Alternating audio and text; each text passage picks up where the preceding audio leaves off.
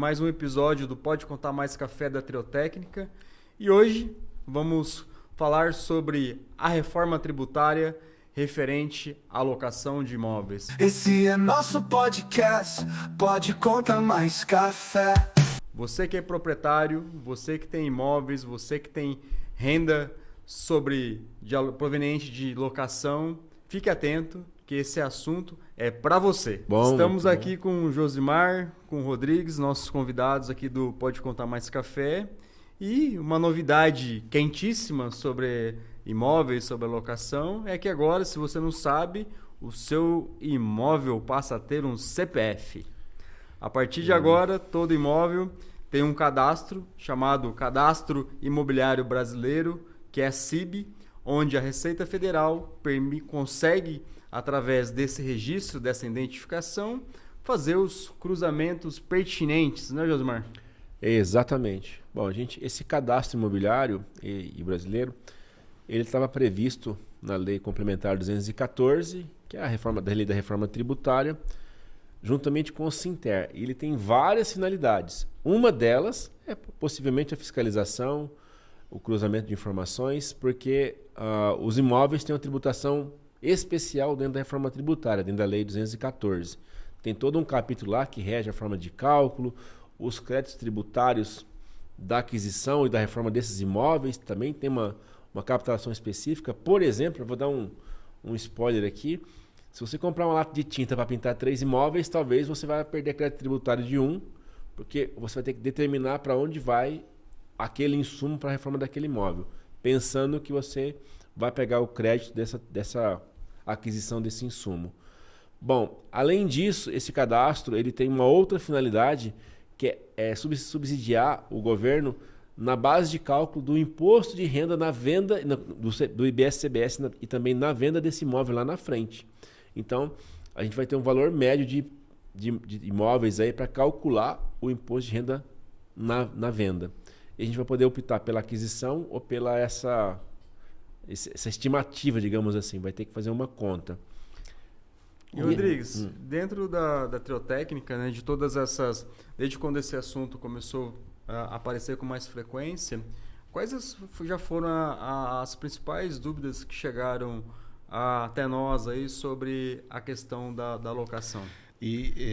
Primeiramente, bom dia para todos que estão acompanhando a gente. E vai ser interessante esse assunto, que recentemente o Josimar falou um pouco dessa parte de locação de imóveis. Isso aí acabou tendo uma repercussão um pouco grande. Aqui a gente teve ali até mesmo algumas dúvidas, pessoas mandando perguntas para a gente. Isso a gente, até por uma questão ali de trazer informação, esse podcast tem o objetivo de justamente tirar algumas dúvidas, né? Esclarecer, né?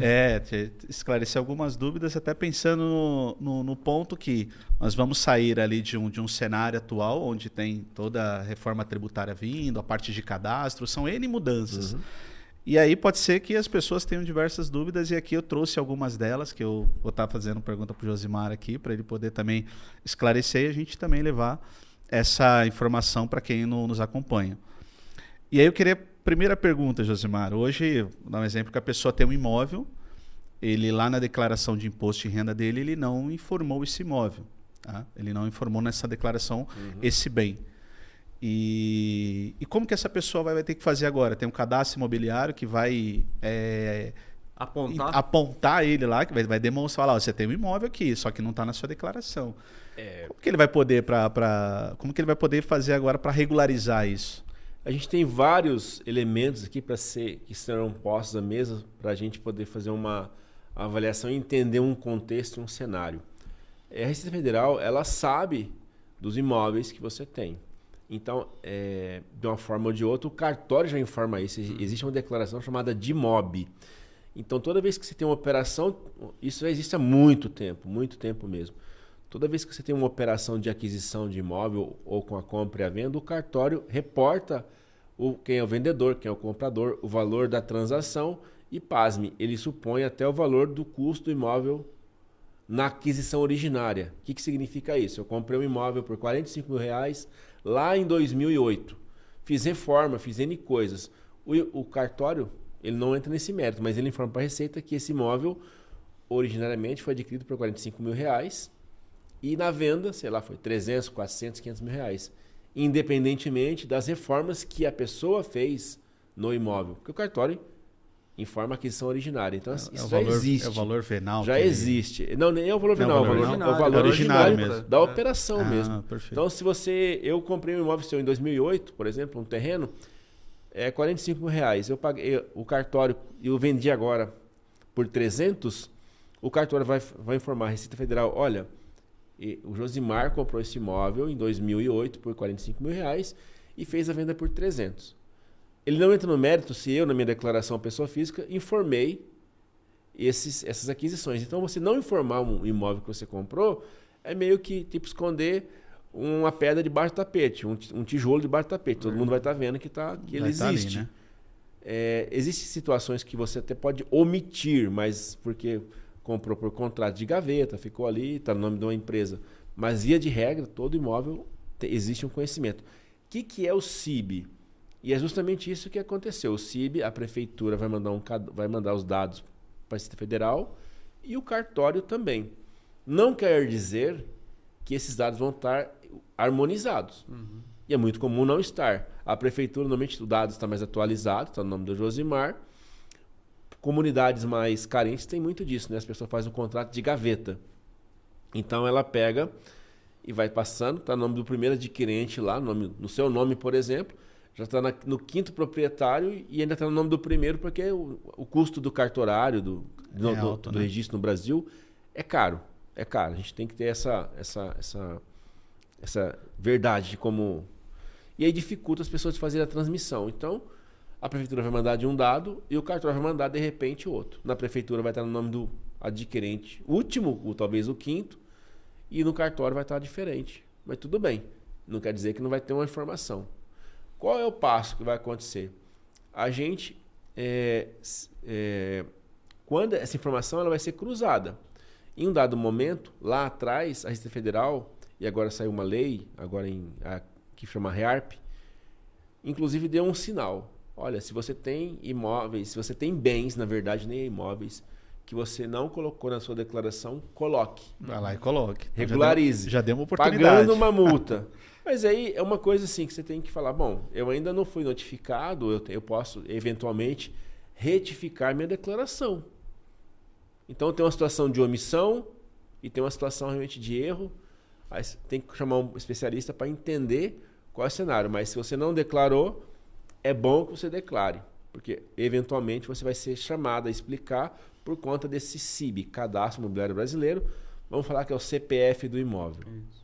Como é que isso vai cruzar? Pode ser uma outra pergunta que você vai me fazer. Imagine que você tem só esse imóvel, você mora em uma casa, num imóvel específico, e tem esse outro imóvel alugado. E você não declarou esse imóvel. Eu sou seu inquilino. Eu vou ter que colocar um endereço de onde eu resido. De onde você mora.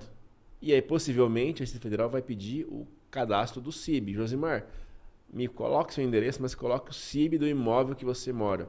E aí esse CIB vai estar vinculado, de repente, ao seu CPF, ou do adquirente originário, ou do terceiro adquirente da prefeitura. Aí vai haver um cruzamento de informações. Tem bastante coisa. Então, primeiro ponto, se a gente for avaliar, a pessoa que hoje não tem um imóvel ali na declaração, é regularizar. Porque senão, em algum momento, é informar na declaração, colocar esse imóvel ali de forma... E eu vou te dar um exemplo, assim, clássico. O ano passado nós fizemos aí uns 4 inventários. Então as pessoas não sabiam como declarar o inventário, algo que já estava tranquilo de materializar na declaração, não conseguia entender como é que ia fazer aquilo, porque não sabe fazer a declaração, é um elemento mais complexo. E o outro omitia porque não tinha, fazia 20 anos que estava com a pessoa, e veio de um histórico de um inventário que teve vários problemas. Tinha várias pessoas envolvidas ali, a pessoa faleceu na década de 80. Nossa. E aí atravessou uma outra geração e deu problema. Mas no final, tudo estava resolvido, a pessoa não tinha nenhuma obrigação de fazer aquilo. A ação que foi feita para fazer o inventário foi feita quase 20 anos depois, mas isso não altera o fato gerador da transferência, que foi quando a pessoa faleceu e transmitiu o imóvel para o herdeiro. Para todos os efeitos legais, é esse momento em que acontece essa transação. E a pessoa, por ter feito posteriormente, achou que ia ficar caro. Na verdade, eu fiz uma análise, nós regularizamos nessa declaração 3 imóveis, um do pai, um da mãe, que também faleceu mais recentemente, aí durante os últimos 5 anos, e o outro que ele tinha comprado em declarações, e ele pagou tipo um valor, ele ia pagar próximo de 30 mil reais para regularizar tudo, e a gente conseguiu fazer isso por 12 mil. Ô Josmar, aproveitando nessa linha, você acha, na sua opinião, que eu vou chamar aquele jeitinho que existia do aluguel por fora, acabou? Eu não posso afirmar isso com toda absoluta certeza. A gente tem aqui algumas questões para avaliar, mas se a gente olhar o cenário, vai ficar bem mais difícil. Porque, primeiro, existe uma nota fiscal prevista para locação de imóveis, que vai ser a mesma nota fiscal de serviços que quem não é contribuinte, qualquer prestador de serviço, qualquer empresa que presta serviço vai ter essa nota, e quem emite nota fiscal, quem tem locação, perdão, também vai entrar nesse rol para emitir esse documento. Quem vai estar obrigado? Bom, primeiro, a gente tem que, então agora, um passo. Eu vou ter problema? Posso ter. Porque eu vou ter um imóvel não declarado. Se não emitir a nota em si, não. Você está falando da parte do cadastro do imóvel. Se você, por exemplo, tem um imóvel, igual ele me perguntou, e o jeitinho, eu combino com você. De fazer ali. Olha, você não declara, eu não declaro. Eu não declaro também. Eu não declaro, estamos tranquilo. Isso é um problema. Primeiro porque esse imóvel, ele pode gerar uma renda, e dependendo do valor, da descrição dele, pode ser chamado a explicar. Porque uma hora ou outra, com toda essa implementação, vai acontecer esse cruzamento, de certa forma. Então vamos pensar do ângulo do imposto de renda. Você tem só um imóvel, que é o seu, e a sua casa. Você aluga esse imóvel para mim. Num dado momento, eu vou dizer onde eu moro. A Receita vai saber que eu alugo, que eu moro num lugar que não é meu, que é seu. E você não é meu pai, nem minha mãe, nem meu irmão. Você tem um monte aí de você fora. pode falar assim, olha, você tem um imóvel que mora o Josimar lá. A que título está essa cessão de imóvel? Entendeu? Porque vai ter esse cruzamento. O imóvel é seu e eu coloquei numa declaração minha que eu moro no endereço tal e o CIB vincula o imóvel que é seu. Então você vai ser provocado, pode ser provocado a explicar a que título o Josimar, que não é seu irmão, seu pai, nem sua mãe, mora nesse endereço. Pode ser um chamamento para você. Então, se a gente for pensar hoje... Estou falando de imposto de renda aqui, tá? Totalmente. Só imposto de renda aqui. Nem estamos falando de IBS, CBS, reforma tributária. Estou falando só do imposto de renda. Imaginando que eu só tenho um imóvel. Nós temos 2 cenários mudando para essa parte imobiliária, né? Você tem ali, vai ter o cadastro, você vai ter a formalização agora, que vai ter a nota fiscal. Exato. E aí, esse exemplo que o Marcos trouxe, do cara que faz o jeitinho ali... Que faz um combinado ali, faz um por fora, digamos, outro. E aí tem muita gente que hoje, você não faz, você manda um Pix, essa transação de Pix também ali, acredito que isso pode ser algo rastreável também. Só que aí tem um ponto, essa pessoa que está ali nessa situação, que ele primeiro ponto, ele não tinha informado no imposto de renda, ele foi lá e começou a informar. Ele tem um imóvel alugado que ele recebe um valor. Só que ele não formaliza. Nesse caso, como que ele vai ter que formalizar isso a partir de agora? Então, assim, se ele continuar, ele vai ficar sob o risco. O combinado vai acontecer entre as pessoas. Como isso, se a Receita vai fiscalizar ou não, é muito possível que vá fiscalizar sim. Principalmente regiões que tenham muita atividade imobiliária. Bom, se você não declarar esse aluguel, você vai ser convidado, por exemplo, imagina que você seja notificado a regularizar a situação. Se é um único imóvel, você vai conseguir fugir, digamos, do IBS e CBS, que é o Imposto da Reforma Tributária, que é uma outra situação, e vai ser convidado a pagar o imposto de renda. E aí, nesse sentido, é intimado, notificado a pagar o imposto de renda. Porque é um único imóvel, além do que eu moro, que me dá algum tipo de renda. Você pode incorrer em risco de emissão de documento fiscal tardio, se for obrigado à emissão. Eu estou entendendo, na minha concepção, que quem vai estar obrigado a emitir nota é somente quem vai ser contribuinte do IBS e CBS. Que é quem tem mais de 3 imóveis, recebe mais de 20 mil por ano, pessoa física. 20 mil Pessoa por mês. física. Por mês, perdão. É. Por mês, Por mês. obrigado. Pessoa física. Então, se você tem mais de 3 imóveis e recebe mais de 20 mil, acumulativamente... Essa era uma dúvida minha, né? Quando a gente fala da questão da emissão da nota, né, quando a gente pensa em nota, a gente fala de uma pessoa jurídica, né? Uhum. Vem à cabeça a pessoa jurídica. A pessoa física poderá estar obrigada à emissão de um documento fiscal nessa condição apenas. Sim. Se ele tiver mais de 3 imóveis ou uma renda de locação superior a 240 mil por ano. Exatamente. Quando você olha a reforma, você vê ali o contexto do IBS e CBS, dentro dos artigos do regime especial de imóveis. Então, você vai lá e vai falar, cara, é só para quem vai pagar IBS e CBS. Mas eu estou na condição que eu tenho 3 imóveis e não ganho 20 mil, eu posso, de repente, estar omitindo a receita para não pagar o imposto de renda. Então, eu acredito que isso não vai ficar só no IBS e CBS. Porque você vai ter abrangência maior. Né? Se você pegar os profissionais de saúde, eles são obrigados a emitir agora por um portal eletrônico. O Gov está aí, já está sendo implantado, esse inferno, né, que é o Gov, para todo mundo estar usando. Bem ou mal, é o que tem para hoje e ele está funcionando. Então, eu imagino... Trava um pouquinho de vez em quando. Quase de vez em sempre. Mas você imagina que... por que... Se eu tenho um único imóvel e recebo 30 mil por mês, eu não vou pagar IBS e CBS. E tem muita gente que tem um galpão. O que impede a Receita de falar assim, você que não é contribuinte do IBS e CBS, mas tem locação, está obrigado a emitir o documento fiscal. Ou, pior, você que é a empresa que paga isso, não faz retenção. Tem gente que tem combinados entre as empresas também que não paga. Então, não que fica vão ali à fazendo margem. esses alinhamentos. Então, ali. Essa questão de omissão não é só quem tem mais de 3 imóveis, mais de 20 mil.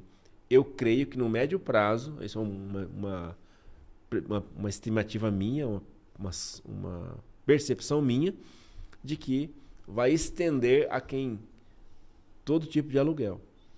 Eu acho que esse ponto da questão da pessoa física, principalmente essa pessoa física que tem uma renda mais relevante de locação de imóveis ou, né, uma quantidade de imóveis mais relevante, né, 3 imóveis, talvez fora aquele imóvel que ela resida e tudo mais, isso me leva a pensar, inclusive, que a pessoa física, a partir de agora, ela tem que olhar para isso com outros olhos. Sim. Olhar com os olhos até de um planejamento tributário em relação a esses imóveis, porque de repente, será que vale a pena eu pegar esses imóveis, fazer um planejamento tributário e colocar isso numa pessoa jurídica ou permanecer na pessoa física? Essa é uma outra dúvida aqui que é perguntar para o Josimar, que essa é interessante, porque a gente sabe que existem casos assim que tem lá, você tem um imóvel na pessoa jurídica, está lá registrado na pessoa jurídica, e na hora que eu vou alugar, eu alugo lá e trato tudo na minha pessoa física. Eu pego um imóvel que eu tenho, alugo lá, recebo na pessoa física, ou até mesmo, vamos pegar um exemplo, eu tenho um parente, um pai, uma mãe que tem um imóvel, vai lá e aluga e recebe o aluguel. Como que isso vai... Se a gente for ver... Aqui tem que separar duas coisas. A pessoa que tem um imóvel na pessoa jurídica e recebe na física... está fazendo a coisa menos indicada possível. Ela fez um planejamento tributário inicial e depois desvirtuou. Ela vai ter um problema na pessoa física, porque vai ter uma renda sem fonte, digamos assim, porque é o imóvel de uma pessoa jurídica, e ela vai gerar um problema de imposto de renda e talvez de IBS e CBS, porque não vai ter explicação da origem daquele valor. A pessoa colocou na pessoa jurídica um imóvel, por qual razão? Em tese, quem faz isso é porque já tem um planejamento tributário sucessório e para pagar menos imposto. E com a reforma tributária já faz todo sentido. Se essa pessoa tem um imóvel e está na pessoa jurídica e por alguma razão recebe na pessoa física, totalmente sem indicação nenhuma. Fez um planejamento às avessas. Primeiro já tá totalmente... Errado. Até porque ele... Agora, tem um caso que veio no escritório, que a gente analisou, que esse é curioso. A pessoa tem vários imóveis. E aí, volta àquilo que você comentou. A pessoa tinha lá uma quantidade de imóveis, salvo engano meu, 3 no nome dele, da pessoa, 3 no nome de outra pessoa, que era um parente, que já era filho. Então, eu tenho 2 filhos. Eu coloquei 3 imóveis no meu nome, 3 imóveis no nome de um filho e 3 imóveis no nome de outro filho. Eu tenho 9 imóveis. O problema aqui é que ele já fez um planejamento tributário, um planejamento sucessório de forma definitiva. Ó, cada filho tem 3 imóveis. Vai ficar ali. Só que a renda, enquanto ele. eu estou vivo, vem para mim, meu filho. Usufruto. Não tem usufruto. Não tem usufruto. Tá uso direto. Então tá no nome dos meus 2 filhos, os 2. Sei lá, eu comprei apartamento lá na época do Ronco, uma antiga 1900 e bolinha, e já quis colocar no nome do meu filho.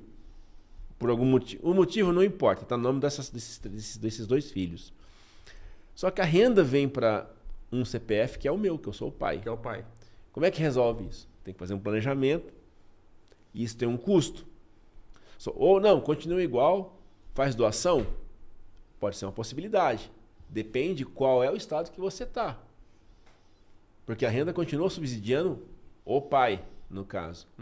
Não o filho. O filho não tem nada a ver com isso. Ele só está com o bem no nome dele para quando o pai falecer, o pai for na ocasião do inventário, não haver esse custo. Só que a renda vem toda para o pai. Como é que resolve isso? Não resolve. Eu vou continuar no nome do meu filho. Então tá bom, eu vou receber o nome do meu filho. Meu filho recebe, eu pego um cartão do meu filho, isso é um comum. O cara recebe lá 5 mil de aluguel, pega o cartão no nome do filho e gasta. Maravilha. Resolveu o problema? Parcialmente. Porque aqui ele está gerando uma renda para o filho. Aí o filho é um médico. Nesse caso, por exemplo. E o aluguel não é barato. Eu dei 5 mil, mas o aluguel era 15 mil. E o filho que é médico tem outras rendas. Tem outras rendas. E aí vai começar a gerar um problema. O CPF daquele filho vai ser onerado em 10% de imposto de renda por conta das altas rendas, por conta de uma renda que ele nem vê a cor do dinheiro. Então, aí tem uma estratégia para você pensar em resolver isso. Então, são vários emaranhados, vários entrelaçamentos que a gente tem que olhar caso a caso. Esse é um caso emblemático. Como que resolve? Tem que fazer uma análise, entender a composição de renda de cada filho, pensar em algumas estratégias de holding ou não. E aí tem que ver se tem sinergia entre os filhos para constituir isso. E o pai tem a própria renda dele também, que é expressiva, que está no CPF. Tem lá 30 mil de aluguel, são 3 imóveis, e aí está obrigado ao IBS-CBS? Via de regra, não. Só que aí tem um negócio.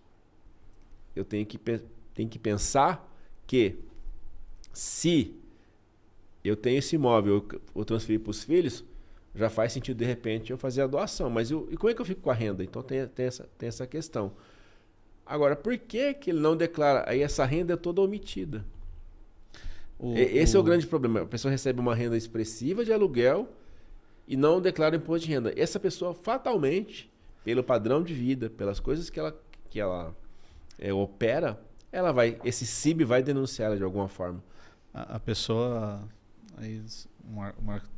comentar sobre isso, mas na realidade a pessoa acaba trazendo uma solução pontual, só que sendo que na realidade quando a gente vai fazer ali uma tratativa, a gente tem que olhar também para frente, né? Você tem que olhar o que vai acontecer com isso para frente, né? Simples, exatamente. Você tem que ter um olho de Tandera ali, olhar um pouco mais para frente, visão além do alcance. E eu vou além, né? Imagina só que você faça um planejamento hoje e transfira esses imóveis para uma pessoa jurídica, onde você será o sócio. Os imóveis é seu, está na sua pessoa física, e você vai constituir uma estrutura societária para administrar esses bens. O que a gente tem que pensar também? Ok, se a renda desses imóveis na pessoa jurídica for, sei lá, superior a R$50 mil por mês, no momento de estar fazendo a transferência ou a distribuição de lucros de rendimentos desse valor da empresa para a minha pessoa física, eu tenho um impacto hoje dos 10%.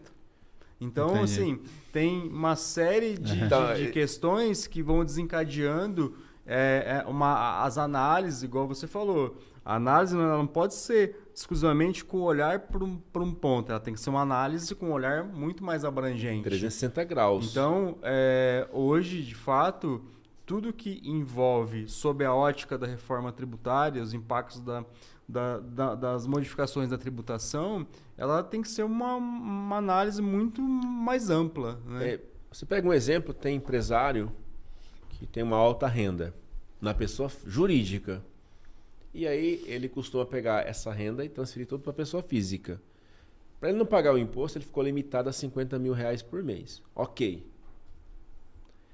Só que você percebe que a categoria desse empresário é que ele é um investidor. Ele vinha para a pessoa física o dinheiro e ele colocava numa outra empresa para poder comprar os imóveis. Ou ficar no CPF dele, que é risco. Tudo dentro de um saco só, com várias informações. Com vários riscos. Então, quando você pega esse capital, e aí você não precisa ir longe para ver pessoas que têm renda, ainda que de forma pejotizada, a gente sabe disso.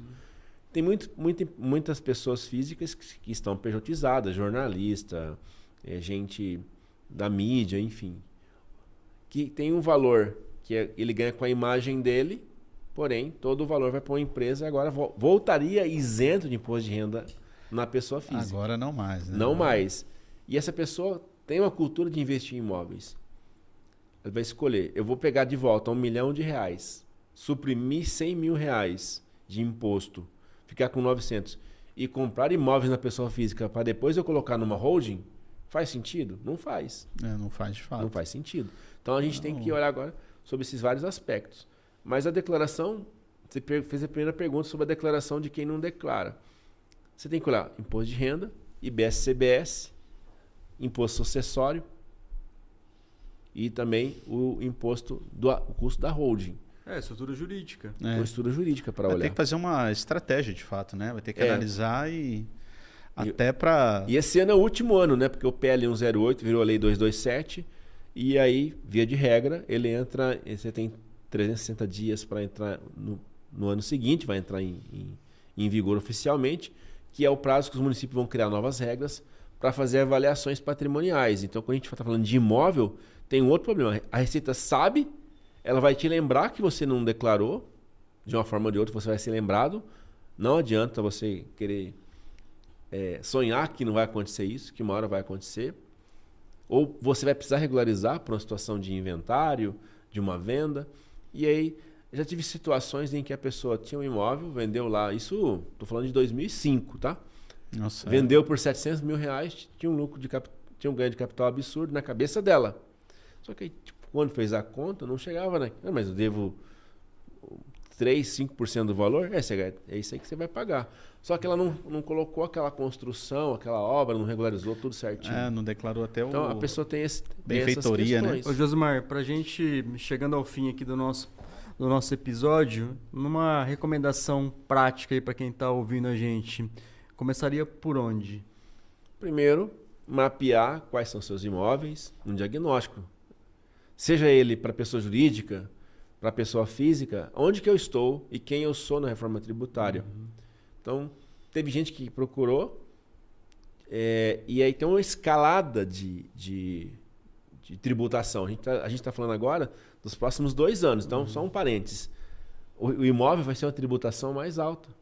Porque você tem um redutor, sim, de alíquota, tá? 30%, mas, vamos lá, 70%. Mas para quem não pagava nada, exatamente, ou até estava ali ocultando isso, vai ter um reflexo. Você vai ter o seguinte, você vai começar na escalada em 2028, 2027, pagando, para quem tem mais de 3 imóveis, ou se enquadrar na reforma tributária, questão de IBS e CBS. Começa em 2027 com CBS e a partir de 2029 tem o IBS, então vai ficar bem mais alto a tributação. Então você tem não só um cenário para ontem, você tem que imaginar um cenário para 10 anos. Empresas imobiliárias, a mesma coisa, que já está constituída. Temos na carteira uma empresa que tem mais de 40 imóveis de locação, imóveis antigos.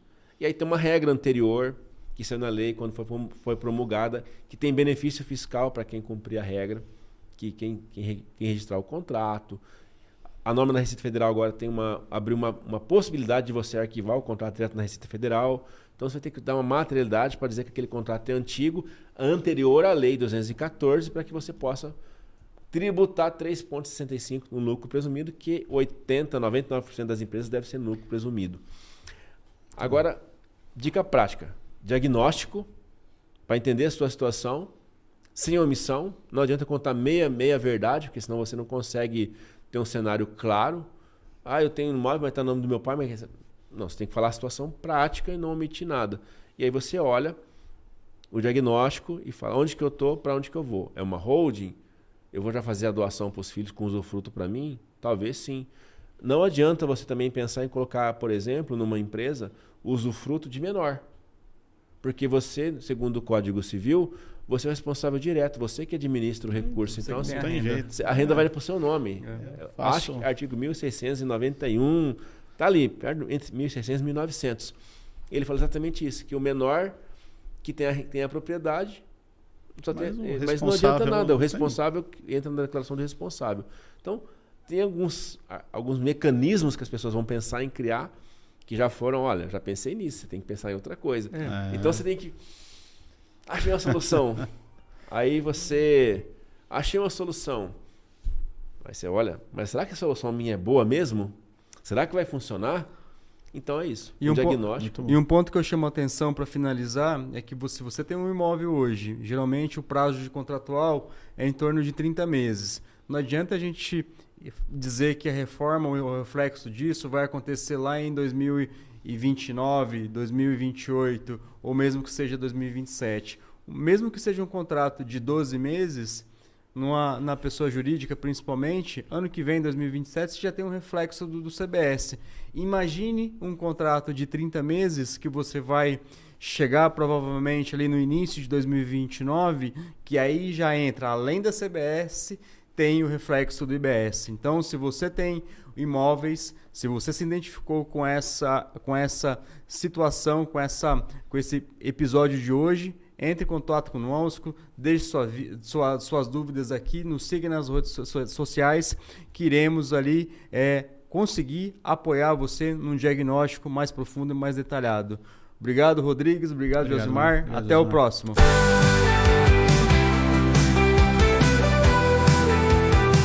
Seja bem-vindo ao nosso podcast. Um bate-papo descontraído, com muita informação de qualidade.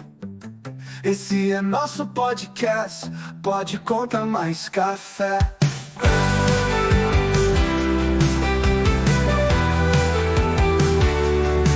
Pode Contar Mais Café.